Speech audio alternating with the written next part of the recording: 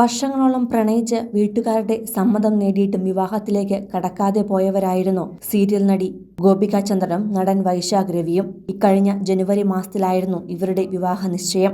എന്നാൽ ഇരുവർക്കുമിടയിലേക്ക് ഒരിക്കലും ഒരുമിച്ച് മുന്നോട്ടു പോകുവാൻ സാധിക്കില്ല എന്ന തരത്തിൽ കാര്യങ്ങളെത്തി. അങ്ങനെയാണ് തങ്ങൾ ബ്രേക്കപ്പിലേക്ക് നീങ്ങുകയാണെന്ന് ഇരുവരും സോഷ്യൽ മീഡിയയിലെത്തി അറിയിച്ചതും. തന്റെ വിവാഹം മുടങ്ങിയെന്ന് പറഞ്ഞ് ഗോപിക തന്നെയാണ് ഇൻസ്റ്റഗ്രാമിൽ വെളിപ്പെടുത്തിയത്.